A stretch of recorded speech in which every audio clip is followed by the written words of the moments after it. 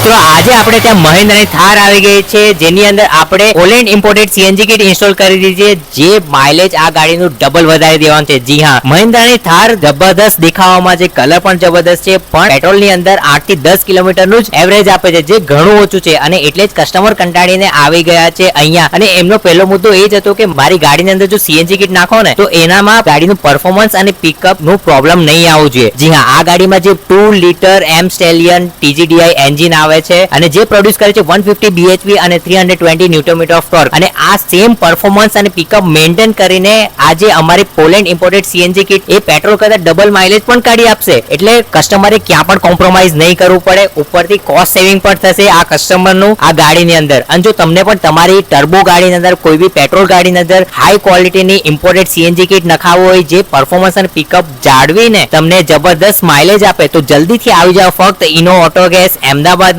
અને અમને સંપર્ક કરવાનો ના ભૂલતા.